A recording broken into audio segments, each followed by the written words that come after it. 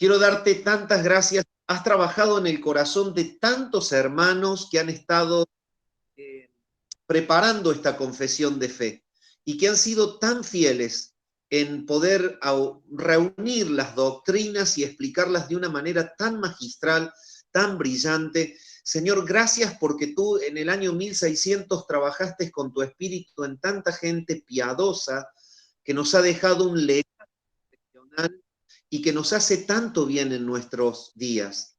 Señor, gracias porque tú obras en tu obra en medio de los tiempos y la avivas cuando corre el tiempo. Y Señor, queremos ser parte en esta etapa de la historia, queremos ser parte de un avivamiento que solo se produce cuando entendemos y practicamos tu bendita palabra. Señor, háblanos en esta noche que al estudiar la confesión sean consolidados nuestros corazones en la doctrina. Te clamo por Jorge, que tú, Señor, bendigas su vida, su expresión y que él pueda disfrutar la compañía de tu Santo Espíritu en la entrega de la clase. Señor, te ruego por los que se han unido, que el corazón esté dispuesto y sensible a absorber tu palabra. Y también por los que no se pudieron unir aún, que tú, Señor, les ayudes para que puedan estar. Oramos al Padre en el nombre del Señor Jesús. Amén. Bueno, siguen entrando hermanos. Jorge, querido, sin más, te dejo la clase a tu cargo, ¿sí? El Señor te bendiga y gracias por tu buena predisposición, hermano. Es con muchísimo gusto. Mis hermanos queridos, reciban un abrazo grande, un abrazo desde Ecuador, desde Santo Domingo, Ecuador. Y estoy muy contento de poder estar juntos en esta clase y poder buscar al Señor a través de nuestra fe y de nuestra historia confesional. La semana pasada tuvimos el gozo de poder considerar un poco la historia detrás de nuestra confesión de fe, también mirar un poco el corazón de nuestros padres o de los padres bautistas particulares que cuando comenzaron a trabajar en la confesión, cuál fue la razón por la que ellos trabajaron, cuáles eran las cosas que realmente llevaba a sus corazones a tratar de ser fieles en lo que hacían y manteniendo el espíritu a pesar de las diferencias y la persecución que tuvieron que padecer. El día de hoy, yo quiero considerar con ustedes, y vamos a tomarnos quizás todo el tiempo de esta clase, para considerar la estructura de la confesión de fe. Así que, si la semana pasada el título de nuestra clase fue la historia o el contexto histórico de nuestra confesión de fe, el día de hoy el título de nuestra clase es la estructura de la confesión de fe. A manera de introducción, quiero que me permitan decir o pensar con ustedes de la siguiente manera. Todo libro, todo asunto hecho por hombres, como una ciudad o como cualquier cosa hecha por hombres, un libro, un compilado, una ciudad, todo fue establecido o expuesto de una manera lógica. ¿Sí? ¿Por qué? Porque así funcionamos, así fue como Dios nos diseñó, para que nosotros podamos conectar una cosa con otra y podamos tratar de encontrar una forma lógica de establecer las cosas. Todo documento humano está puesto o está compilado de una manera lógica. Y así también nuestra confesión de fe. Por lo tanto, al estudiar el día de hoy la estructura de la confesión de fe, lo que yo quiero es tratar de mostrarles cómo cuando uno entiende esa estructura, uno comienza a entender por qué ciertos capítulos están en cierto lugar o tienen cierta forma y por qué tienen cierto énfasis. Así que yo les voy a decir qué es lo que voy a asumir el día de hoy en esta clase. Voy a asumir que todos los que están hoy escuchándome, y quiero agradecerles por su disposición de estar aquí conmigo, todos los que están escuchándome conocen o tienen por lo menos algún tipo de relación con nuestra confesión de fe. Número 2, que todos de alguna manera le han pegado alguna miradita a esta confesión de fe y saben que tiene diferentes capítulos, párrafos que habla sobre diferentes cosas. Y entonces, lo que yo quiero hacer hoy a través de esta clase es tratar de mostrar por qué ciertas cosas están en el lugar en el que están y cómo eso puede traer claridad a nuestra mente al momento de estudiar la confesión de fe. ¿Ok? Así que vamos a comenzar en esta tarde aquí en Ecuador y noche allá en Argentina. Vamos a a comenzar a analizar algunas cosas con respecto a nuestra confesión de fe. Y lo primero que quiero decirte es que nuestra confesión de fe puede ser equiparado, puede ser conectada con un edificio. Quiero que te imagines un edificio que tiene 4 partes principales. Un edificio que tiene, por un lado, un cimiento sobre el que se levanta todo en ese edificio. Al final de la clase voy a ver quién hace el dibujo más bonito de todo lo que voy a decir, ¿ok? La clave es que puedan hacer el bosquejo de esto a través de este dibujo. Primero está el cimiento. Un edificio necesita, como toda construcción, una base sobre la cual se levanta, un cimiento. Ese cimiento es o está compuesto o tiene el propósito de que sobre ese cimiento se levante toda la estructura. Así que tienes un cimiento. La segunda parte de un edificio es la estructura principal. Y si sabes algo de construcción, esa es la parte que se conoce como la obra gris o lo que va conectado con las correas, los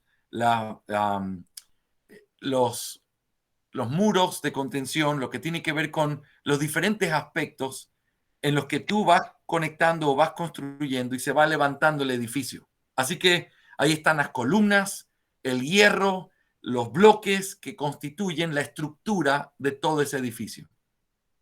En tercer lugar, tienes también el recubrimiento externo de ese edificio, que eso es lo que uno puede ver a simple vista. Es decir, cuando te acercas y ves una ventana, una puerta, una pared pintada de cierto color, eso es el recubrimiento exterior. Y finalmente, tienes el techo, lo que está arriba, la parte en donde termina ese edificio, que eso es en donde concluye la obra que contiene ese edificio. Así que 4 partes: el cimiento o el fundamento, la estructura principal, el recubrimiento exterior y finalmente el azoteo, la parte final en donde termina ese edificio. Así que yo voy a compartirte, yo tengo aquí un pequeño eh, dibujo de cómo se ve. Dame solo un minutito para llegar ahí y así podemos tratar de tener un poco más clara la idea de a qué me estoy refiriendo con esta forma. La clase de hoy va a ser una clase un poco más dinámica en el sentido de que vamos a tener que escribir, organizar para poder ver, pero así se ve de lo que estoy hablando aquí con respecto a la forma. Voy a compartir. Veamos si...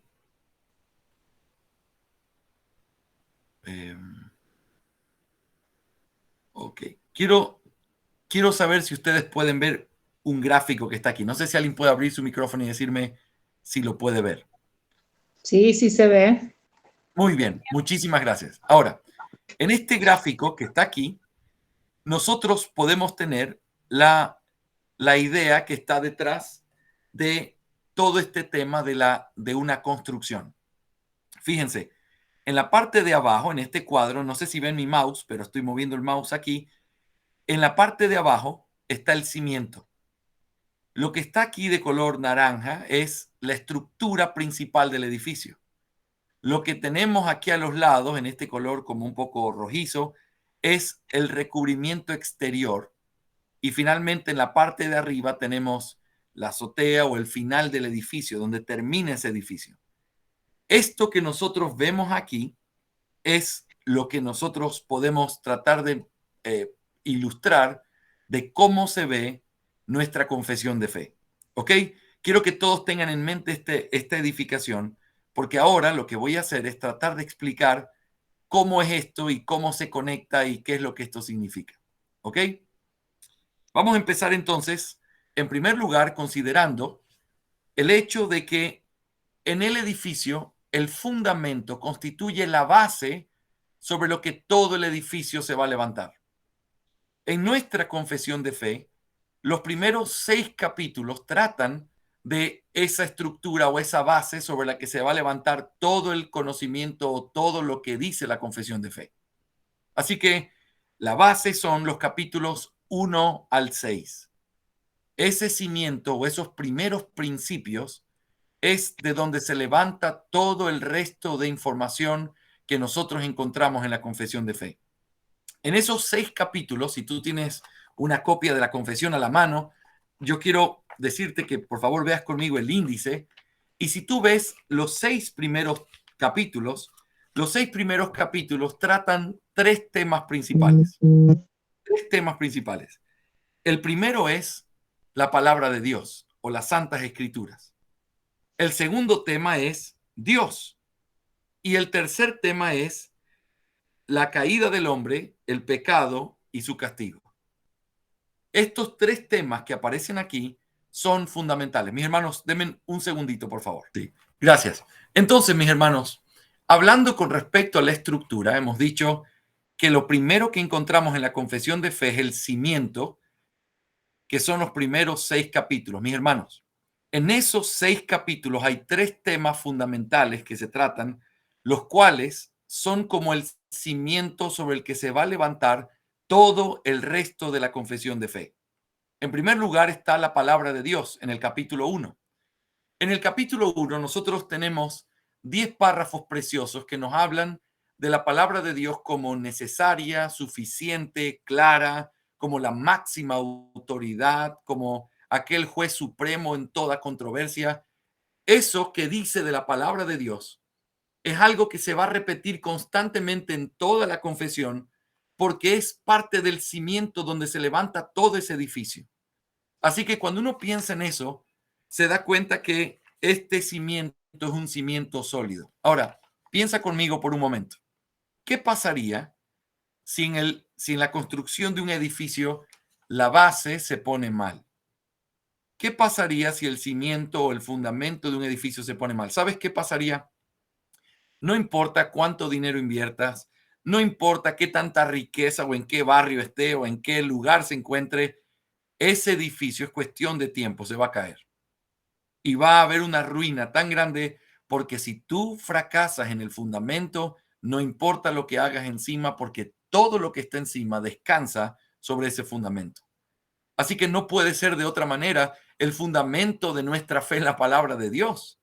Y en la palabra de Dios encontramos la conexión de todo lo que se va a desarrollar en la confesión de fe. El segundo gran tema del que se habla en nuestra confesión de fe es de Dios.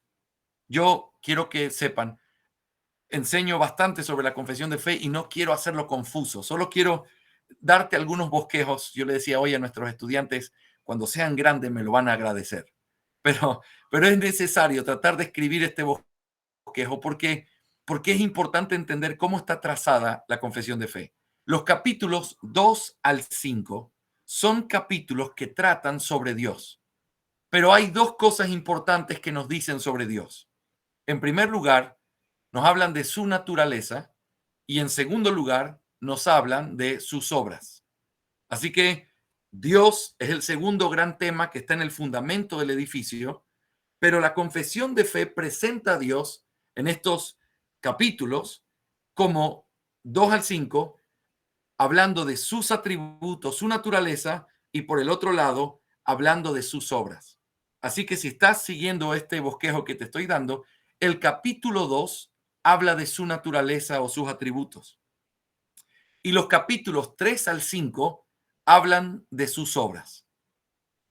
Cuando hablamos de sus obras, estoy mirando cómo se habla de Dios, habla su naturaleza, sus obras, enfocándonos en sus obras, hay 3 cosas que se dicen con respecto a sus obras. O mejor dicho, 2 cosas. La primera son sus obras en un sentido interno, que eso es lo que está en el capítulo 3 de la confesión, que es el decreto de Dios. Mis hermanos, el decreto no es Dios, no hace parte de la esencia de Dios, pero es una obra eterna de Dios. Y ese decreto es sus obras, pero en un sentido interno, porque es algo que está en su mente, en su voluntad, es algo que él decreta, pero que todavía no ha salido, no es externo. Por eso le llamamos una obra interna de Dios. Los capítulos 4 y 5 hablan de las obras externas de Dios, o dicho de otra manera, cómo Dios cumple o efectúa o hace efectivo su decreto. Y eso es a través de la creación y a través de la providencia. Esto que estoy diciendo aquí es bien importante y quiero tratar de ser lo más claro posible en este tema. Cuando hablamos de las obras de Dios, hablamos de que hay obras que Dios ha decretado y que la forma en la que Dios cumple su decreto es a través de la creación y la providencia, y así es como aparece en nuestra confesión de fe: creación y providencia. Así que en los capítulos 2 al 5, nosotros tenemos el segundo gran tema de este fundamento, que es la doctrina de Dios. Y cuando hablamos de la doctrina de Dios, hablamos de dos cosas: su persona, su naturaleza, sus atributos, y en segundo lugar, sus obras. Y cuando hablamos de sus obras, hablamos de dos cosas: obras internas y obras externas. Ahora, como les dije, este es el fundamento. Y cuando hablamos del fundamento, decimos que lo que se está diciendo de Dios aquí constituye la base de todo lo que se va a construir con la confesión de fe más adelante. Déjenme darles un ejemplo, mis amados hermanos. Por ejemplo, se nos dice que Dios es un Dios santísimo, es un Dios libérrimo, que es un Dios sapientísimo, es un Dios inmenso, invisible, impasible. Hay descripciones gloriosas con respecto a Dios. Todas estas descripciones que están en el capítulo 2 son algo que tiene que forjar nuestra mente para ayudarnos a entender cómo es el Dios que interactúa con el hombre y cómo es ese Dios al cual nosotros adoramos. Quiero llamar su atención a algo bien importante aquí. Históricamente, cuando los hombres han hablado de la doctrina de Dios, los hombres tratan de mirar la doctrina de Dios o tratan de describir a Dios de dos maneras, por lo menos, que se han usado en la historia. La primera se conoce como la vía de la negación. ¿Qué significa eso? Es una comparación entre Dios y la criatura. La vía de la negación significa que cuando yo veo a la criatura, entonces yo digo: esta criatura que fue creada por el Creador tiene limitaciones, tiene deficiencias que su Creador no puede tener. Por lo tanto, describo a Dios no de una manera afirmativa de lo que Él es, sino de lo que Él no es. Y esa es la forma en la que históricamente la iglesia, o una de las formas en las que la iglesia ha tratado de describir quién es Dios. Entonces dicen, por ejemplo, Dios es infinito. ¿Qué significa eso? Que no tiene fin.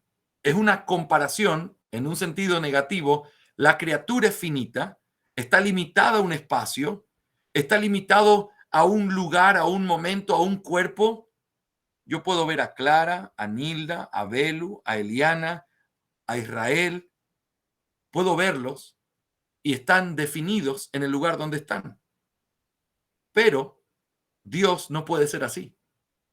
Así que como no sé cómo es Dios, porque es inmenso y es súper más grande que nosotros, lo único que puedo decir de Dios es: no debe ser como Belu.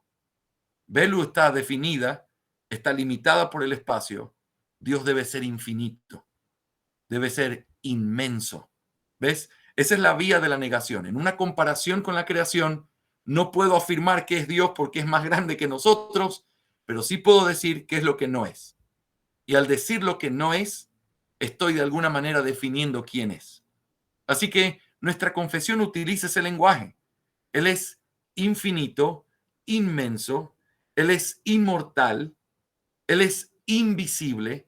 Todo eso es una negación de lo que las criaturas sí son, pero Dios no es así, porque Dios es mucho más grande, espléndido, infinito.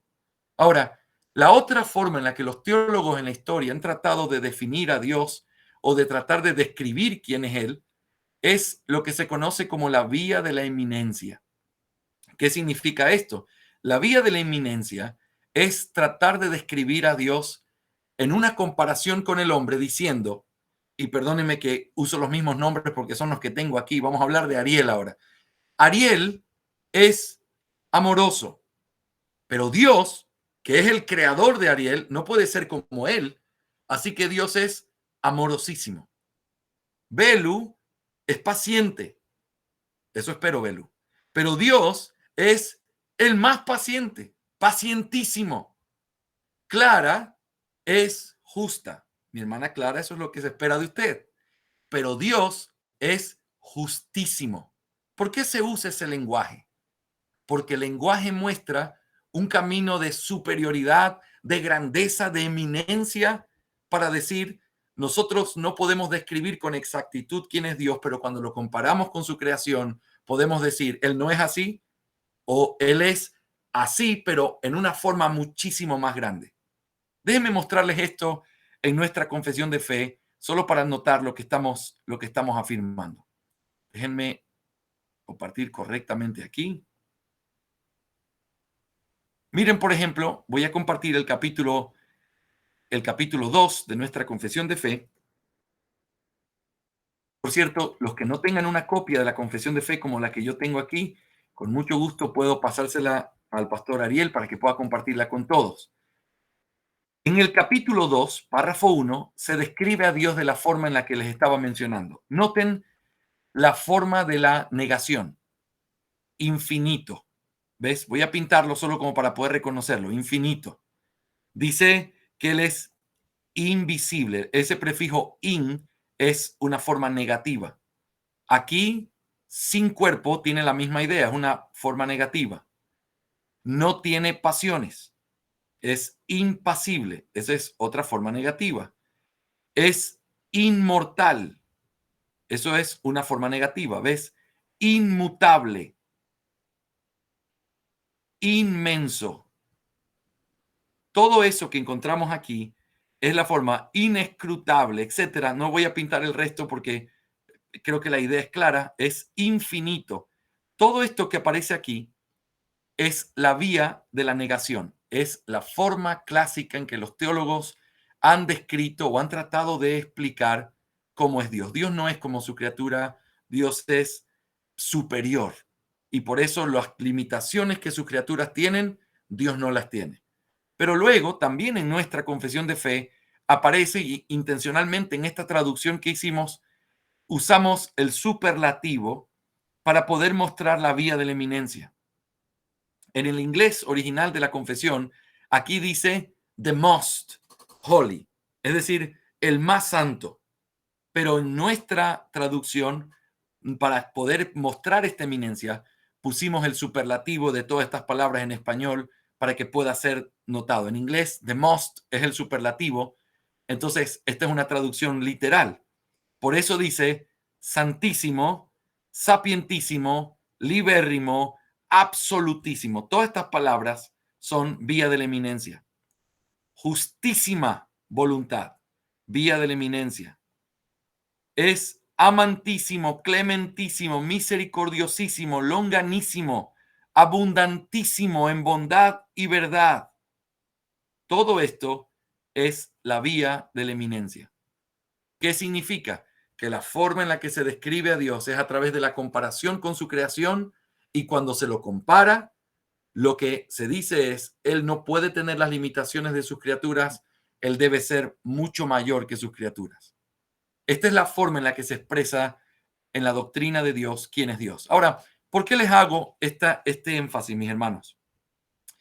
Porque les dije que este es el fundamento de nuestra confesión. La confesión tiene, así como un edificio, tiene un piso o tiene un fundamento en donde se levanta el resto del edificio. Y en ese fundamento hay tres temas principales. La palabra, que ya la vimos, Dios. Y cuando veamos en el resto de la confesión, nos vamos a dar cuenta que Dios siempre vuelve a aparecer, pero cuando aparezca el nombre de Dios, siempre tenemos que pensarlo en esta forma en la que es descrito, como ese Dios inmenso, diferente a nosotros, glorioso, completamente grande. ¿Ok? Quiero probarles algo de lo que estoy diciendo al mirar más adelante en la confesión de fe. Por ejemplo, en la confesión de fe, en el capítulo 7, se habla de el pacto de Dios. Quiero que notes la frase inicial con la que empieza este párrafo. La distancia entre Dios y la criatura es tan grande que aunque las criaturas racionales le deben obediencia como su creador, aún así, estas nunca podrán o habrían podido alcanzar la recompensa de la vida a no ser por alguna condescendencia voluntaria por parte de Dios, que a Él le ha agradado expresar en forma de pacto. Lo que nosotros encontramos en esa frase es que inevitablemente cuando tú lees la confesión, necesitas pensar, si el capítulo 7 dice la distancia entre Dios y la criatura es tan grande, uno tiene que pensar, ok, si habla de Dios, tengo que ir al fundamento y entonces necesariamente vas al capítulo 2. Y la pregunta es, ¿la confesión de fe enseña que hay una distancia inmensa, infinita entre Dios y las criaturas? Claro que sí. De tal manera que la descripción que se hace de Dios es una descripción que es como no es la criatura, y si la criatura tiene una bondad, Dios la tiene en la forma más superlativa posible. Por lo tanto, hay una distancia, hay una grandeza, hay una distancia tan grande entre Dios y la criatura que es evidente en nuestra confesión porque el fundamento dice que Dios no es una criatura, que Dios no es como sus criaturas, sino que Dios es clementísimo, sapientísimo, libérrimo. Él es infinito, inmortal. Hay una diferencia inmensa entre Dios y sus criaturas. ¿Cuál es mi punto, mis hermanos? Que este capítulo 7, que ya no hace parte del fundamento de la confesión de fe, sino de la estructura, descansa completamente en el capítulo 2 de la confesión de fe. Porque cuando habla de Dios, está hablando de quién es ese Dios que está en el fundamento. Por lo tanto, cuando uno aprende a mirar la confesión de fe de esta manera, comienzas a mirar la importancia que tienen esos capítulos iniciales y cómo esos capítulos iniciales están o suenan como en forma de un eco a lo largo de toda la descripción de la confesión. Porque cuando se habla de la palabra, tienes que volver al capítulo 1. Cuando se habla de Dios, tienes que acordarte de qué Dios se habló en el capítulo 2 hasta el 5. Y cuando se habla del pecado, tienes que volver al capítulo 6, que es lo que vamos a ver ahora. Ahora, quiero saber, mis hermanos amados, y quiero que sientan plena libertad en decírmelo, si está claro lo que estoy tratando de presentar hasta aquí en nuestra clase con respecto al fundamento. ¿Hay alguna pregunta aquí o alguna duda? Yo sé que cuando uno enfrenta esto por primera vez puede haber algunas cosas que se tienen que aclarar y yo estoy completamente a su disposición para tratar de entenderlo juntos de una mejor manera. ¿Hay alguna pregunta hasta aquí sobre el fundamento o sobre lo que estamos tratando de argumentar con respecto a esta parte inicial de la confesión de fe?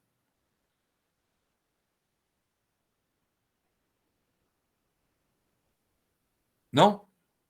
¿Está quedando todo claro, mis hermanos? Bien, muy bien, excelente, excelente. Sí. Gracias. Gracias, mis hermanos, por contestarme y ayudarme a verlo. Yo lo que quiero es que todos podamos comenzar a entender la estructura, porque la clave es que la confesión de fe deje de ser algo como, nuestra iglesia tiene una confesión de fe y se convierte en algo que realmente es, como dijo Spurgeon sobre la confesión, un manual útil para darnos dirección en medio de nuestro propio entendimiento de la doctrina. Así que mi deseo es que después de todas estas clases que vamos a tener, tú puedas decir, yo conozco nuestra confesión de fe, no en su totalidad, no en todos los detalles, pero sé cómo está estructurada, sé por qué habla de ciertas cosas, sé por qué enfatiza ciertas cosas, y esa es la parte más importante de nuestra clase, ¿ok? Entonces, nos queda pendiente un tema dentro de este cimiento o este fundamento. Hemos dicho que en el fundamento están los 6 primeros capítulos, pero en esos 6 primeros capítulos hay 3 temas. El primero es la palabra, capítulo 1. El segundo tema es Dios, capítulo 2 al 5. Pero ahora, número 3, está el capítulo del hombre, del pecado y de las consecuencias del pecado. Así que cuando pensamos en eso, es bien importante entender, mis hermanos, que nuestra teología o lo que hay en la confesión de fe tiene que ver o está completamente relacionado con el tema de la historia de la redención. Es decir, tiene que ver con salvación, tiene que ver con qué fue lo que Dios hizo para que nosotros podamos tener salvación. Así que si nosotros fracasamos en este último tema del fundamento, fracasamos en todo el propósito de la doctrina cristiana, que es demostrar qué es lo que Dios hizo para que el hombre pecador pueda estar en paz con él otra vez. Así que no podemos fracasar en este punto. Piensa en esto o piensa de esta manera. Cuando leíamos hace un momento que el capítulo 7 empieza con esta frase, hay una distancia inmensa entre Dios y la criatura, ¿te acuerdas? Ahora, esa distancia inmensa, grandísima, es por un asunto de que Dios y la criatura son completamente diferentes. Dios es incomprensible en el sentido de que no puede ser ni siquiera entendido en su totalidad por las criaturas, porque las criaturas son finitas y la frase famosa de la Reforma, y lo finito no puede contener lo infinito. Así que el hombre solo puede acercarse a Dios en un sentido de conocerlo verdaderamente, pero nunca en su totalidad o exhaustivamente, porque simplemente no es posible. No puedes meter toda el agua del mar en una pequeña tacita. Esta tacita está grande, pero ni aún en esta tacita puedes meter el mar, porque esto finito no puede contener aquello que es grande. Y aunque el mar es finito también, aún así la comparación puede entenderse. Nuestra mentecita no puede contener lo inmenso, lo infinito de quién es Dios. Por lo tanto, hay una distancia en un sentido de creación. Pero hermanos, esta distancia se hace mayor, se hace imposible y se hace un escenario horrendo para nosotros cuando nosotros consideramos correctamente el pecado. Si el hombre solo está medio enfermo y Dios necesita ayudarlo para que dentro de su enfermedad se tome la pastilla para poder sanarse, entonces la gloria del evangelio y la gloria de la salvación no es tan grande. Pero si el hombre está muerto en sus delitos y pecados, y la salvación significa un milagro en el que se resucita a un muerto, se transforma su corazón y su voluntad a través de la obra gloriosa de Cristo Jesús, entonces la salvación es un acontecimiento que realmente es digno de toda adoración y de toda gloria. Si nosotros fracasamos en la oscuridad de la noche, déjame usar esta frase poética, si nosotros fracasamos en la oscuridad de la noche, la gloria de la luz con la que despierta el día no es tan fuerte, ni es tan radiante, ni es tan deslumbrante, porque entonces no era tan oscuro, entonces la gloria no es tan grande. Si el panorama es oscuro, la gloria de Dios en la salvación es inmensa. Y hermanos, al final de cuentas, nuestra doctrina lo que tiene que llevarnos es adorar a Dios con todo nuestro corazón y con todo lo que somos. Por lo tanto, fracasar en esto es fracasar en entender de qué es digno Dios a través de nuestra adoración. Así que estos tres temas son el fundamento de nuestro edificio. Recuerda, la confesión de fe puede ser diseñada o entendida como si fuera un edificio. En primer lugar está el fundamento. El fundamento es la base sobre la que se levanta todo el edificio. Pero ahora, en segundo lugar, viene la segunda parte de este edificio, que es la estructura interna. Esa estructura es lo que se levanta sobre ese cimiento. Aquí está el cimiento y la estructura es lo que levanta el edificio mismo. Son las columnas, el hierro, el cemento, todo lo que está ahí que se levanta, el edificio mismo. Pero es lo que se levanta sobre el cimiento. Nuestra confesión de fe tiene una estructura interna o tiene una estructura que es la estructura del edificio, es la estructura principal. Y esa estructura es, si estás tomando apuntes, que te lo recomiendo completamente, es el pacto de Dios. El pacto de Dios. La segunda parte de la confesión de fe, el pacto de Dios, va desde el capítulo 7 hasta el capítulo 20. Es la parte central de nuestra confesión de fe. Y aquí quiero decirte algunos conceptos que espero sean de mucha utilidad. En ese tiempo, en esos años de la posreforma, es decir, los años que vinieron después de que se inició la reforma protestante, se fue creciendo en el entendimiento de la doctrina y se fue agrupando o presentando ciertos documentos teológicos. Una de las cosas vitales que uno aprende en eso es que en la reforma protestante la base doctrinal de todo tratado teológico era la teología pactual. Es decir, la teología pactual o el hecho de entender cómo el mundo, cómo la historia de la redención funcionaba a través del pacto que Dios hizo con el hombre y cómo esa promesa llega hasta su máximo cumplimiento. Esa era la forma en la que se establecía todo tratado teológico. Es decir, era el esqueleto, la médula principal de cualquier tratado teológico. En estos días, hablando un poco con nuestros estudiantes aquí en la Escuela Pastoral, yo les decía, es increíble pensar en esto porque en nuestros días, si tú no te metes un poquito en este tema, quizás hasta pasarías desapercibido de lo que significa la teología pactual. Porque la teología pactual ha sido descuidada completamente porque lo que une la teología hoy son diferentes aspectos o diferentes doctrinas, pero no el hecho de la teología pactual. Y eso se debe a que la gran mayoría de la iglesia evangélica en nuestros días tiene como base o sistema doctrinal el dispensacionalismo. Quiero que me toleren un poquito de paciencia aquí, que me den un poco de paciencia al tratar este tema, que aunque es un poco denso, es bien importante. Cuando hablamos del dispensacionalismo o hablamos de la teología pactual, no estamos hablando de una doctrina, sino que estamos hablando de un sistema doctrinal. ¿Por qué? Porque estamos hablando de cómo se interpreta la Biblia. Yo te hago esta pregunta y me encanta hacérsela a los miembros de nuestra iglesia. Si yo te preguntara de qué habla la Biblia, ¿qué me dirías? Y entonces, ¿qué es lo que contiene la Biblia? Tú eres un lector de la Biblia y tú dices, a ver, pastor, en la Biblia hay historias, bien. En la Biblia hay promesas, muy bien. En la Biblia hay profecías, muy bien. En la Biblia hay ley, bien. En la Biblia hay profetas, muy bien. En la Biblia hay el cumplimiento de la promesa a través de Cristo Jesús, muy bien, muy bien. Ahora, la pregunta que se tiene que resolver es, ¿y cómo están unidas esas historias, esas promesas, esos pactos, esas profecías y esos cumplimientos? ¿Cómo están unidos? ¿Cuál es el hilo conector de todas esas partes que la Biblia tiene? Porque la Biblia es una compilación de muchos libros, pero la Biblia tiene que tener su hilo conector en la historia de la redención. La historia de la redención es el centro que conecta todo y cada una de esas partes que la Biblia tiene.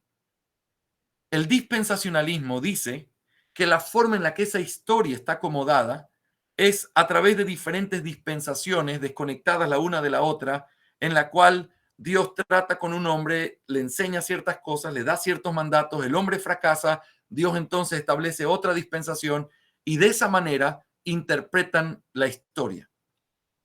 Nosotros, en la teología pactual, entendemos que la historia de la redención es una sola historia, en donde hay una promesa que se hizo desde el principio. Cuando el hombre cae en pecado, se hace una promesa y esa promesa constituye el hilo conector de toda la historia de la redención. Porque es a través de esa promesa que Dios va haciendo pactos con los hombres, en los que va revelando de manera progresiva más detalles sobre cómo cumpliría su promesa. Es decir, quién sería, de qué pueblo vendría, cuál sería su nombre, de qué familia de este pueblo vendría. Y todos esos detalles se van amplificando a través de la historia hasta el punto de la máxima revelación y de su cumplimiento en Cristo Jesús. Mis hermanos amados, cuando uno entiende la historia de esta manera, entonces todo toma sentido y ocupa su lugar, y esto es lo que se conoce como teología pactual. Es decir, interpretar la historia de la redención y cómo la Biblia encuentra su sistema doctrinal a través de una historia en la que Dios hace un ofrecimiento de un Salvador y a través de diferentes pasos va revelando hasta poder llegar a la máxima revelación en Cristo Jesús. Ahora, hoy, tristemente, el dispensacionalismo es el rey en la teología y ha quitado de lado este entendimiento y por eso, tristemente, en el pasado, en el dispensacionalismo se enseñaba que uno podía ser salvo por obras en el Antiguo Testamento y en el Nuevo uno es salvo por fe. pero que luego cuando venga la tribulación, uno entonces va a ser salvo por medio de volver a las obras, porque el que persevera hasta el fin será salvo. Y entonces, ese tipo de entendimiento muy deficiente y que gracias a Dios hoy ya no es popular, eso se conoce como dispensacionalismo clásico. Hoy John MacArthur ha pasado a tener una gran importancia aquí, pero él sigue siendo dispensacionalista y entiende la historia de la redención de una manera diferente a cómo nuestra confesión de fe la entiende. Ahora, todo esto que les he dicho, se los digo, mis hermanos amados, para poder entender que el tema del pacto de Dios ocupa el lugar central en nuestra confesión de fe. ¿Ok? Y ese lugar central tiene que ser descrito. Quiero ayudarles a mirar cómo funciona y cómo está establecido. En esa parte del capítulo 7 hasta el capítulo 20, que es lo que nosotros encontramos de la teología pactual o de esta parte de la teología del pacto, nosotros encontramos 4 partes principales que me gustaría que pudieras tomar apuntes sobre esto. 4 partes principales. La primera parte se podría llamar los puntos clave con respecto a la teología del pacto. Los puntos clave. Y ahí están incluidos los capítulos 7, 8 y 9. Son los aspectos clave porque en el capítulo 7 se describe lo que es el pacto de Dios. En el capítulo 8 se describe al mediador de este pacto. Gloria a Dios por ese capítulo. Y en el capítulo 9 se habla del escenario en el que el hombre vive o recibe este pacto. Así que déjenme hablar brevemente de estos 3 capítulos que son bien importantes en nuestra confesión. Debido a la distancia que hay entre Dios y el hombre y debido a la condición perversa en la que el hombre se encuentra por causa de la caída de Adán, capítulo 6, Dios entonces establece un pacto a través del cual hace una promesa.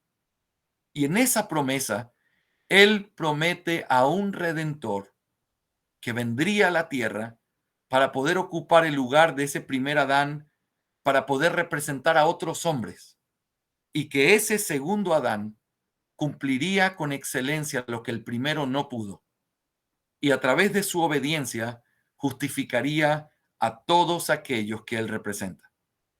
Ese es el principio de la teología pactual. Pero por eso, en el capítulo 8 se nos dice que ese acto de condescendencia de Dios, ese acto a través del cual nos salva, requiere un mediador. Y entonces aparece la preciosa doctrina de nuestro Señor Jesucristo como aquel mediador entre Dios y los hombres. Ese capítulo es hermoso y aparece en este contexto para probarnos que nadie más podía ocupar ese lugar, porque se necesitaba que fuera Dios, pero que fuera hombre. Se necesitaba que cumpliera con estos 3 oficios: profeta, sacerdote y rey. Al final del capítulo 8, en el párrafo 10, hay una preciosa descripción. Necesitábamos de su oficio profético por causa de nuestra ignorancia. Necesitábamos su oficio de sacerdote por causa de nuestra separación con Dios y porque ninguna de nuestras obras eran capaces de recomendarse delante de Dios. Y necesitábamos su oficio de rey para que nos subyugara y nos llevara hacia la victoria en un corazón que no quería buscarle, pero Él nos atrae a Él en esa autoridad y nos salva. Qué preciosa realidad del mediador, quien es Cristo Jesús, el mediador del pacto. Ahora, en el capítulo 9, que es la última parte de esta primera parte del pacto, encontramos el escenario. Y esto también lo hace formidable y levanta una luz gloriosa sobre el pacto. ¿Por qué? Porque lo que nos enseña es que Adán fue creado en un estado de inocencia. Pero luego, en el párrafo 3, dice que por causa del pecado, capítulo, una condición en la que no puede salvarse ni prepararse para la salvación a menos que Dios haga algo. En el siguiente párrafo, párrafo 4, dice que cuando el hombre es salvado, entonces ahora anhela el bien, quiere hacer las cosas bien, pero todavía lucha con el pecado. Y en el párrafo 5, que es el último de ese capítulo, dice que en el estado de gloria va a ser el único momento en el que nosotros ya no vamos a tener ninguna relación con el pecado, sino que solo vamos a anhelar el bien. Ahora, hermanos, escúchenme con mucha atención aquí. ¿Qué tiene que ver esto con el pacto? Déjame explicarte qué tiene que ver. Esto tiene que ver con el escenario en el que se lleva a cabo este pacto. Adán, en el estado de inocencia, tiene un pacto con Dios. Él fracasa por causa de esto, y en medio de ese fracaso Dios hace un pacto a través del cual hace una promesa que enviaría el Redentor. Ese pacto de gracia es y promete que todos aquellos que han sido escogidos serán traídos a Dios para que ellos puedan arrepentirse y creer. Ahora, significa que para poder estar en un pacto con Dios por causa de la condición de pecado, tiene que haber un milagro extraordinario de parte de Dios. No hay manera de que podamos estar en un pacto con Dios por nuestras obras, sino a través de la obra que solo Dios puede hacer.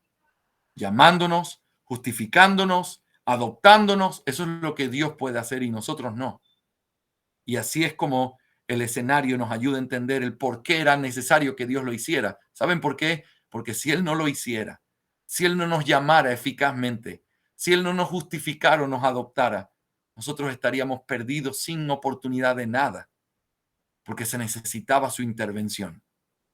Pero luego, este escenario también nos recuerda de una manera preciosa que aún nosotros que estamos en ese pacto, que hemos sido salvados por Cristo Jesús, seguimos en una lucha con el pecado. Y esto es precioso, mis hermanos, porque a veces, cuando nosotros batallamos con nuestro pecado, llegamos a pensar que quizás nosotros no somos salvos o no hemos creído verdaderamente o no estamos en el estado de gracia. Pero este párrafo se levanta en medio de nosotros para recordarnos que con quien Dios hace pacto es con hombres que siguen luchando con su pecado. Y que aun cuando son parte de este pacto glorioso en el que tenemos vida eterna, seguimos luchando con el pecado. Pero ahí no termina la historia. Va a llegar un día cuando haya una consumación final y entonces nosotros vamos a poder vivir sin pecado, nunca más, gracias a la consumación de ese pacto. Este escenario maravilloso nos ayuda a recordar que la forma en la que Dios hizo pacto con nosotros tuvo que haber sido un milagro. Que la realidad de aquellos con quienes Dios los introdujo en el pacto es una realidad imperfecta, porque seguimos luchando con nuestro pecado. Pero también nos recuerda que aquellos que estamos en este pacto anhelamos el día glorioso en el que sea consumado todo lo que ha sido prometido en la venida de Cristo Jesús, en las nubes, en aquel día, cuando vuelva por segunda vez. Qué preciosa verdad sobre la que está sostenido el pacto, ¿sí o no? Ahora, luego de eso, hay una segunda sección que va de los capítulos 10 al capítulo 13. Capítulo 10 al capítulo 13. Esa sección específicamente trata con aquello que Dios tuvo que hacer para que nosotros estemos en un pacto con Él. Los capítulos 10 al 13 hablan de lo que Dios tuvo que hacer para que nosotros estemos en un pacto con Él. ¿Qué es lo que Dios tuvo que hacer? Si tú tienes ahí tu confesión de fe en la mano, simplemente mirando el índice, el capítulo 10 habla del llamamiento eficaz, el capítulo 11 habla de la justificación, el capítulo 12 habla de la adopción y el 13 habla de la santificación. Esas doctrinas fueron puestas en ese lugar de nuestra confesión de fe para mostrarnos que Dios hizo un milagro por causa de nuestra condición de pecado. Él hizo un milagro para que nosotros podamos estar en pacto con Él. ¿Y en qué consistió ese milagro? Esa obra sobrenatural nos llamó. Hermanos, qué maravillosa doctrina cuando uno recuerda que estábamos muertos y que fue por causa del poder de su Espíritu y su palabra que llamó a estos muertos a una nueva vida. Él cambió las inclinaciones de nuestro corazón y nuestra naturaleza para que entonces voluntariamente corriéramos a Él en arrepentimiento y fe. Dios nos llamó y por eso pudimos estar en un pacto con Él. Pero Dios también nos justificó. A través de la obra de su Hijo somos justificados y por eso podemos estar en un pacto con Él, porque Dios no puede tener un pacto con gente inmunda o gente en pecado. Por lo tanto, primero tenemos que ser justificados. Así que la justificación es la obra que Dios hace para que nosotros podamos estar en pacto con Él. Es la declaración de que nosotros somos justos por los méritos de Cristo Jesús. Pero luego también habla de la adopción. Dios te hizo su hijo. Por causa de este llamamiento, por causa de esta justificación, Dios te adoptó y estamos en un pacto con Él porque ahora somos sus hijos. Y en cuarto lugar y último, la santificación. Y aquí no está hablando tanto de la santificación progresiva, que es lo que normalmente hablamos con la doctrina de la santificación, sino el hecho de que Él nos hizo santos. Nos hizo santos. ¿Te acuerdas que en algunas partes del Nuevo Testamento a veces se saluda a los cristianos a los santos y fieles? La palabra santos ahí evoca esta doctrina de la santificación, lo que Dios hizo para que nosotros estemos en pacto con Él. Él nos limpió y nos hizo santos y nos sentó en los lugares celestiales. Ahora, hemos dicho entonces que esta doctrina del pacto tiene 4 partes, la cual va del capítulo 7 al capítulo 20. La primera parte es los puntos clave o los principios claves con respecto al pacto. Y hemos visto que eso es los capítulos 7, 8 y 9. Pero ahora hemos visto que la segunda sección tiene que ver con lo que Dios hizo para que nosotros estemos en pacto con Él. Ahora, en la siguiente sección, que es la número 3, encontramos qué es lo que nosotros tenemos que hacer por el hecho de que estamos en un pacto con Él. Y esa es la tercera parte de esta sección número 2 del pacto. ¿Qué es lo que nosotros tenemos que hacer en consecuencia de estar en pacto con Él? Mis hermanos, permítanme hacer aquí una palabra de aclaración. La confesión no enseña, y por supuesto no estamos afirmando, que la salvación es una obra de Dios y del hombre. No, no, no, no. Para poder ser salvos, Dios tuvo que hacer algo porque era imposible por nuestra parte. Cuando hablamos de las cosas que nosotros tenemos que hacer, no estamos hablando de las cosas que tenemos que hacer para ser salvos, sino por causa de que hemos sido salvados y estamos en un pacto con Él. Así que no estamos hablando de causa, estamos hablando de consecuencia. Debido a que Dios te puso en un pacto con Él, porque te llamó, te justificó, te adoptó y te santificó, ahora tú y yo, en este pacto con Él, tenemos la responsabilidad de hacer cosas importantes también. En primer lugar, capítulo 14, eso va del 14 al 18, nosotros encontramos, 14 al 17, encontramos la fe salvadora, el arrepentimiento para vida, capítulo 15, capítulo 16, las buenas obras, capítulo 17, la perseverancia de los santos y capítulo 18, la seguridad, la gracia y la salvación. Es del 14 al 18. Mi mente está dando vueltas porque estoy pensando en lo que les estoy diciendo. 14 al 18. En esta sección se habla de qué es lo que nosotros debemos hacer por causa de que estamos en un pacto con Dios. El que está en un pacto con Dios cree. El que está en un pacto con Dios se arrepiente de sus pecados. El que está en un pacto con Dios va a producir buenas obras. El que está en un pacto con Dios va a perseverar en medio de su vida hasta el final. No para ser salvo, no para estar en el pacto, sino porque ya es salvo, porque ya está en un pacto con Dios. Y finalmente también va a buscar la seguridad de su salvación. Y ese es un tema interesantísimo para tratar. Cuando lleguemos ahí más adelante, vamos a poder hablar más sobre eso. Pero la seguridad de salvación no es algo que simplemente viene como parte de la salvación. Es algo con lo que el cristiano tiene que trabajar a través de los medios ordinarios para poder tener la certeza de que Dios le ha salvado. Así que, primera sección de esta segunda parte, los principios de la doctrina del pacto. Segunda parte, lo que Dios hizo para que nosotros estemos en un pacto con Él. Tercera parte, lo que nosotros tenemos que hacer por el hecho de estar en un pacto con Él. Y en cuarto y último lugar, la última sección de esta segunda parte es el hecho de el medio que Dios utiliza para comunicar el pacto. El medio que Dios utiliza para comunicar el pacto. ¿Y cuál es ese? La ley y el evangelio. Capítulos 19 y 20. La ley y el evangelio. Así que, mis hermanos, esta es la segunda parte de la confesión de fe, la parte central de la confesión de fe y de donde se conecta el resto de cosas que tiene la confesión de fe. Por eso es importante explicar esto. Déjenme hacer una palabra aclaratoria también sobre otro tema clave aquí que creo que podría servir. Seguramente, mis hermanos, alguno de ustedes ha escuchado sobre el ordo salutis. El ordo salutis es una expresión latina que sirve o que significa el orden de la salvación. El orden de la salvación es la forma en cómo los teólogos en la Reforma, Posreforma y también ahora tratan de explicar cómo es que funciona la salvación. Es decir, tratan de ver cómo se va mostrando la aplicación de la salvación paso a paso.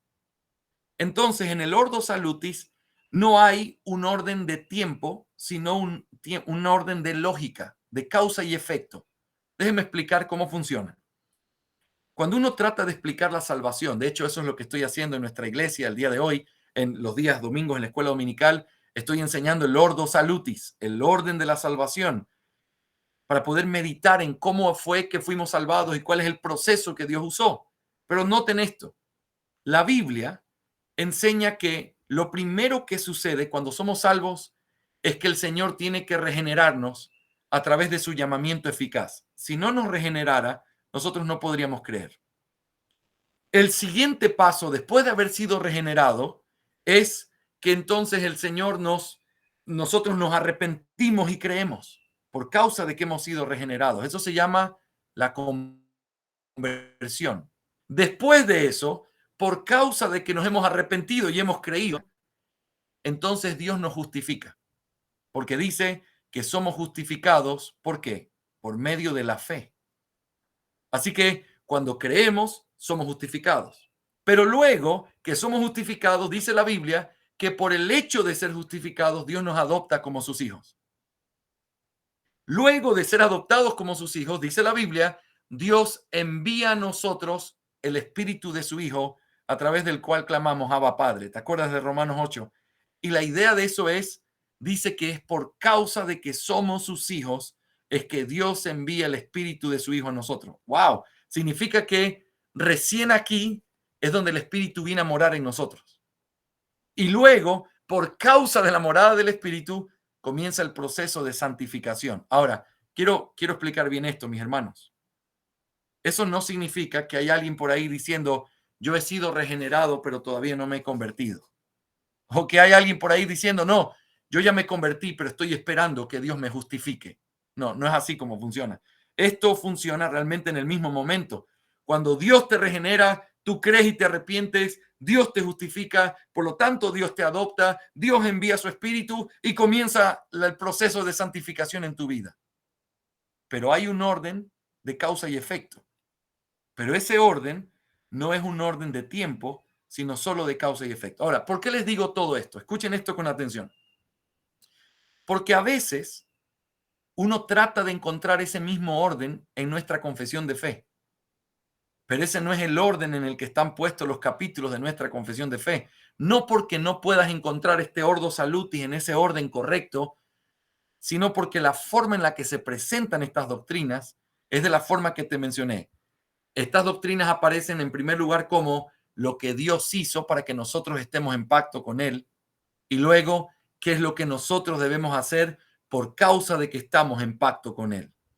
Uno puede estudiar la confesión de fe sin duda a través de mirar el ordo salutis en ella. Tú la vas a encontrar, pero no la vas a encontrar en el orden de capítulos 11, 12, 13, 14, porque lo que está haciendo la confesión en el sentido lógico es lo que estamos hablando. Dios hace esto y luego el hombre tiene que hacer esto en respuesta de que ahora está en el pacto con Dios. Así que eso es solamente como un comentario que pudiera servir para los que enseñan la confesión o enseñan a través de ella.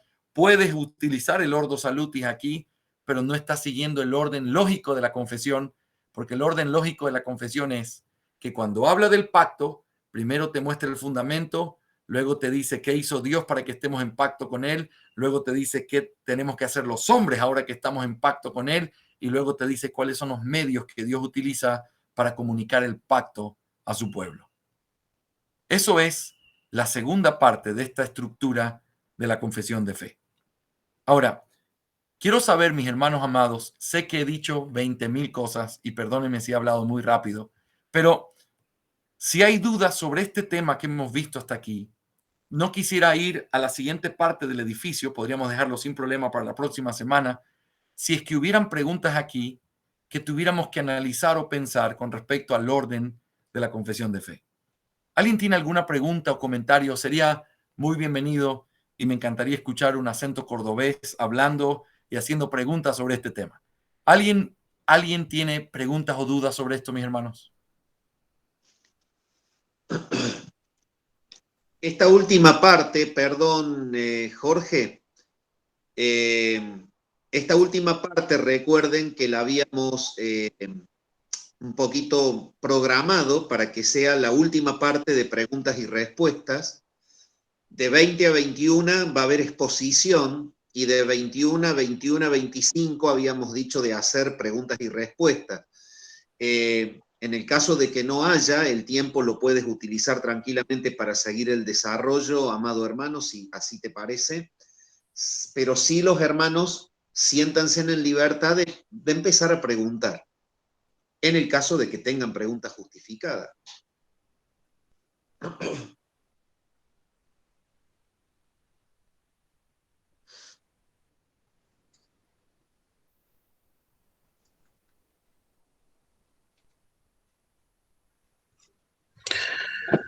Buenas noches, Jorge. Hola, mi hermano Oscar. ¿Qué tal? Todos los pactos de Dios con el hombre son pactos de gracia, ¿no es cierto? Los llamamos así. Bueno, necesitamos O por cualificar. gracia.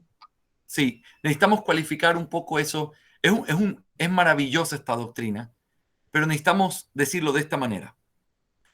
Dios, o la forma en la que se divide la doctrina del pacto, es a través de 3 pactos principales: el pacto eterno de redención, el pacto de obras y el pacto de gracia.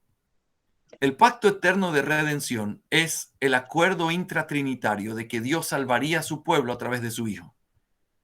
El pacto de gracia es la ejecución en el tiempo de este pacto de redención que se hizo en eternidad, por usar la palabra se hizo, ¿verdad? Porque si está en eternidad no se hizo porque no sucedió en el tiempo, pero ustedes entienden lo que quiero decir, estoy usando términos humanos. Entonces, su aplicación en el tiempo es lo que se conoce como el pacto de gracia. Ahora, el pacto de gracia, y esta es la gran diferencia entre nuestra teología pactual y la teología paido-bautista o la teología del bautismo de infantes, ¿verdad? Que tienen los presbiterianos y otros hermanos paido-bautistas. Nuestra comprensión del pacto de gracia es que el pacto de gracia es revelado en primer lugar a través de la promesa que Dios hace en Génesis 3:15. Mis hermanos, Génesis 3:15, que es el texto que dice: y pondré enemistad entre tu simiente y la simiente suya. Este te herirá en el calcañar y tú herirás en la cabeza. Esa parte no es exagerado decir lo que algunos teólogos han dicho. El resto de la Biblia se encarga de explicarnos qué era lo que Dios estaba prometiendo ahí. Entonces sabemos que estaba prometiendo un descendiente de la mujer. Sabemos que está advirtiendo que habría una guerra entre los dos linajes. Y sabemos también que está hablando de que uno de esos descendientes, o el gran descendiente, lo que haría sería vencer finalmente a la serpiente. Ahora, el pacto de gracia es revelado ahí, pero no en su esplendor, sino es revelado en forma de una promesa. El resto de pactos que Dios hace con los hombres a partir de ahí se les conoce como pactos de la promesa. Y lo que Dios hace a través de esos pactos es ir revelando de manera progresiva qué es o cuáles eran los detalles con respecto al cumplimiento de esa promesa. En otras palabras, déjenme explicarlo de esta manera. 2 maneras para explicarlo. La primera, miren mis manos aquí, no sé si pueden ver todas mis manos, pero la idea es como algo que se va amplificando así al pasar el tiempo. Y se amplifica como algo que va subiendo el volumen de manera que se va entendiendo con mayor claridad, hay mayor luz. Pero por el otro lado, también nosotros podemos interpretar esto como haciendo zoom. Por ejemplo, Dios promete a la mujer que tendría un descendiente, pero la mujer es la madre de todos los hombres. Así que se necesitaba un poquito más de especificación. Luego sabemos que ese hijo vendría a través de Noé, es decir, de Eva se señala a uno de sus descendientes, a Noé, y viene a través de la familia de Noé. Por eso no destruye la tierra, sino que deja esta familia porque su promesa se tenía que cumplir. Y luego, entonces, escoge a Abraham. De todos los descendientes de Noé, hace zoom y enfatiza a Abraham. Es un hijo de Abraham, es su simiente. Luego se ve que es hijo de Abraham, hijo de Isaac, luego hijo de Jacob. Se comienza a hacer el zoom todavía más claro. Luego llega que del hijo de Jacob era de Judá. Y luego se comienza a ver de la familia de David. Y luego se comienza a especificar hasta que finalmente llega el Mesías. Así que todos esos pactos y todas las promesas que Dios iba haciendo alrededor de esos pactos era para sostener la promesa. A veces, y déjenme hacer algunos comentarios duros aquí. ¿Por qué Dios no destruyó a Israel? Algunos argumentan, siendo dispensacionales, porque ese es el pueblo del pacto. Quiero decirte una cosa. La razón por la cual Dios no destruyó a Israel y le tuvo paciencia todos esos años es porque a través de ellos vendría el Mesías. Y la razón por la cual no fueron destruidos de la faz de la tierra a pesar de su soberbia y su pecado fue porque esa era la línea de donde vendría el Mesías. Es la misma razón por la que Dios no destruyó a todos los hombres en Génesis 6. Es porque a pesar de esa raza caída de hombres injustos, perversos, Dios había prometido que vendría el Mesías. Ahora, cuando pensamos, ya hemos visto en panorama, pero cuando entonces nosotros pensamos en la diferencia nuestra con los paidobautistas, esta es la diferencia básica. Nosotros decimos que cada pacto o cada pacto que se hizo con los hombres en la tierra después de la promesa son pactos que van revelando progresivamente ese pacto de gracia, pero ninguno de esos en medio de la revelación era el pacto de gracia, sino eran parte de los pasos adicionales que iban revelando el pacto de gracia. Cuando llega el último pacto, que es el nuevo pacto, el pacto de gracia es revelado en su esplendor en este pacto. Ahora, los paidobautistas dicen, no es así.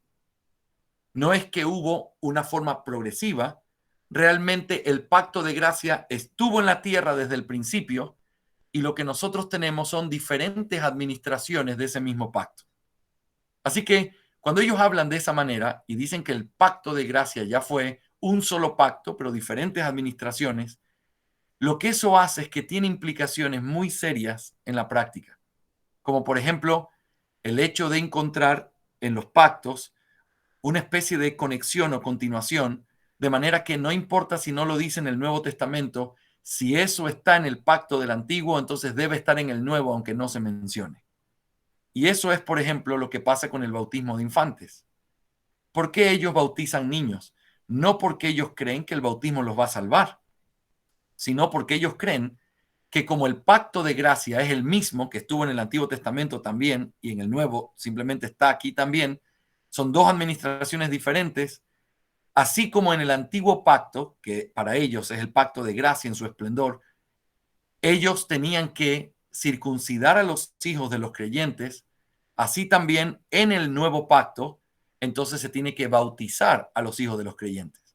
Y ellos dicen, no importa que no lo diga el Nuevo Testamento o que no hayan textos claros sobre eso, sino que nosotros lo entendemos porque es el mismo pacto. Y entonces tiene que haber una correlación. Entonces, en ese sentido, nosotros decimos no. Hay una relación, pero cada relación con el pacto anterior tiene que ser marcada por lo que Dios revela en ese pacto.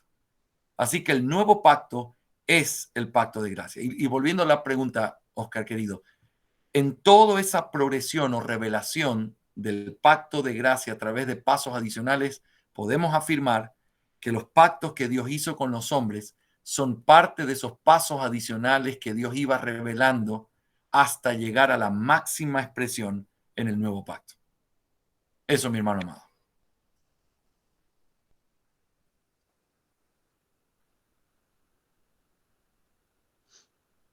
¿Hay alguna pregunta más, hermanos?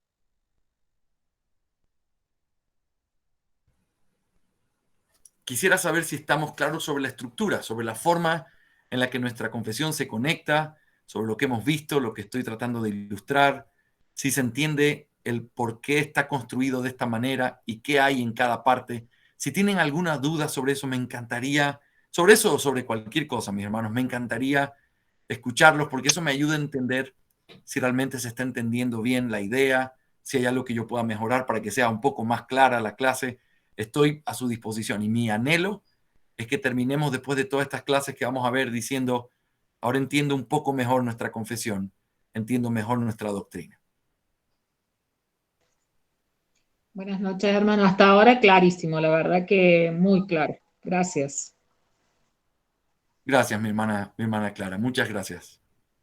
Con la finalidad de complacerle a usted, hermano Jorge, lo voy a decir en cordobés. Está más claro, echale agua, así de una te digo, echale agua si lo querés más claro. Gracias, mi hermano Eric. Eso me recuerda ese acento cordobés querido. Gracias, gracias. Cuando terminemos de programar tu venida y estés en la iglesia, te vas a dar cuenta que a Eric, vos no sabes nunca si te está hablando en serio o te está haciendo una broma. Cuando lo conozcas bien, te vas a dar cuenta de eso. Así que cuando prendí el micrófono y empezó a hablar, no me persigné para no quedar como un reformado retrógrado, ¿viste? Pero pedía que hable. Gracias, Eric. Gracias, querido Eric.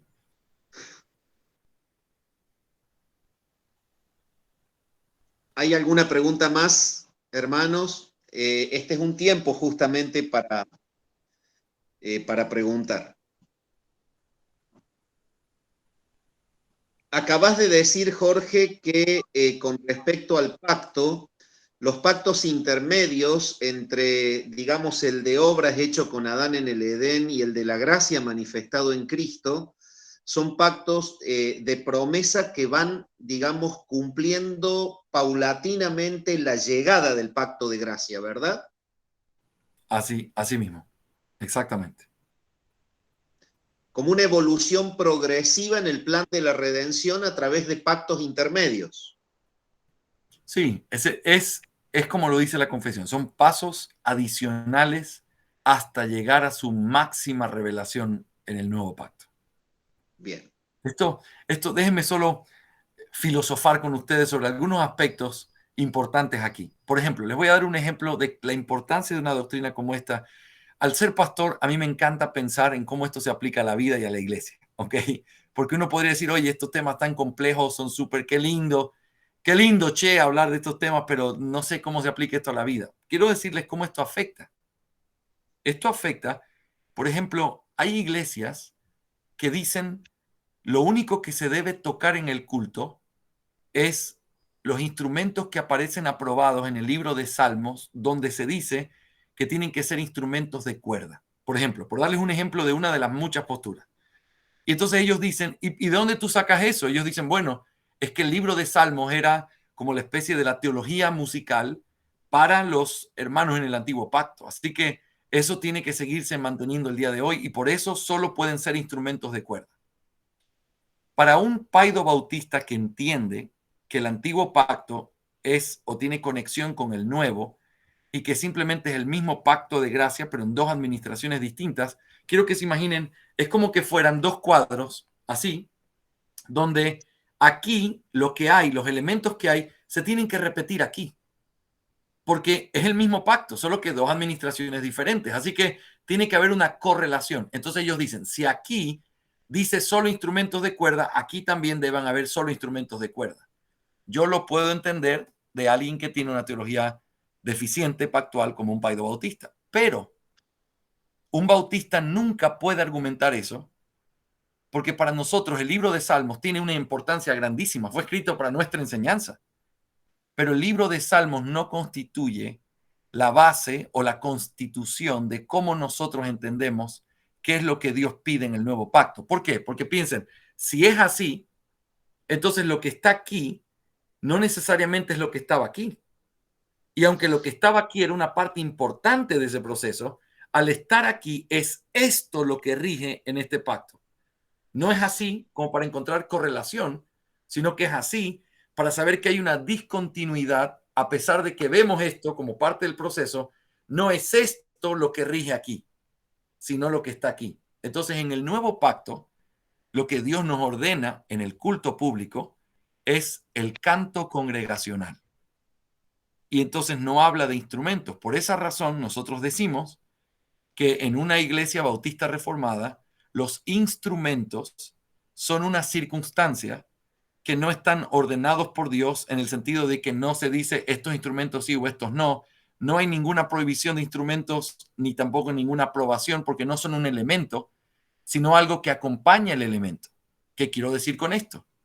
Que tener una guitarra, un piano o una orquesta en el culto no es algo que viola el principio regulador en el nuevo pacto, porque el nuevo pacto no habla de eso. Ahora, el nuevo pacto habla del canto congregacional. Y si alguien, por tener instrumentos, no canta en el culto, entonces sí tiene un problema con el nuevo pacto. Pero si tienes la orquesta más linda de Córdoba capital y la tienes en el culto, estoy practicando mi cordobés, todavía no me sale, pero cuando estemos en el culto, si la iglesia canta con todo el corazón y los instrumentos no tapan esas voces ni distraen esas voces, no hay ninguna cosa inconsistente con el nuevo pacto. ¿Me hago entender? Entonces, este son el tipo de cosas que nosotros entendemos en la práctica de por qué es tan importante. Hermanos, la teología pactual establece nuestra práctica. Por eso no bautizamos niños. Alguien puede decir, pastor, pero escúcheme un ratito. En todos los pactos del Antiguo Testamento y todo, siempre era el creyente y sus hijos. Y yo digo, es ciertísimo eso. No tengo nada que decir en contra de eso. Pero por el hecho de que haya sido así en todos los pactos, no significa que también debe ser así en el nuevo pacto, a menos que el nuevo pacto lo afirme. El problema es que cuando tú vas a un pasaje como Jeremías 31, donde está la profecía del nuevo pacto, lo primero que dice es, y aquí no será como en el antiguo pacto, porque si en el antiguo pacto los padres comieron las uvas agrias y a los hijos les cayó la dentera, aquí dice, el alma que pecare morirá y ya no será más así. Y entonces te das cuenta que esa figura de padre y sus hijos que no son creyentes formando parte del pacto ya no es parte del nuevo pacto. Y eso nos ayuda a saber por qué nuestros hijos no deben ser bautizados, a menos que ellos nazcan de nuevo y conozcan al Señor Jesucristo. Pero no deben ser bautizados por ser nuestros hijos, porque aunque así fue en todos los pactos anteriores, por el hecho de ser así, aquí ya no es así. Entonces no importa si todo esto fue así, aquí ya no es así. Y eso es lo que hace nuestra teología pactual. Nos ayuda a tener claridad sobre qué es lo que Dios espera de nosotros el día de hoy. ¿Sí? Muy bien. Perfecto. Sí. Ariel, quería decirles algo, mis hermanos. Sí. Estoy muy contento de poder estar con ustedes y realmente es un honor para mí tomarme este tiempito para poder sentarme con ustedes y hablar de estas cosas.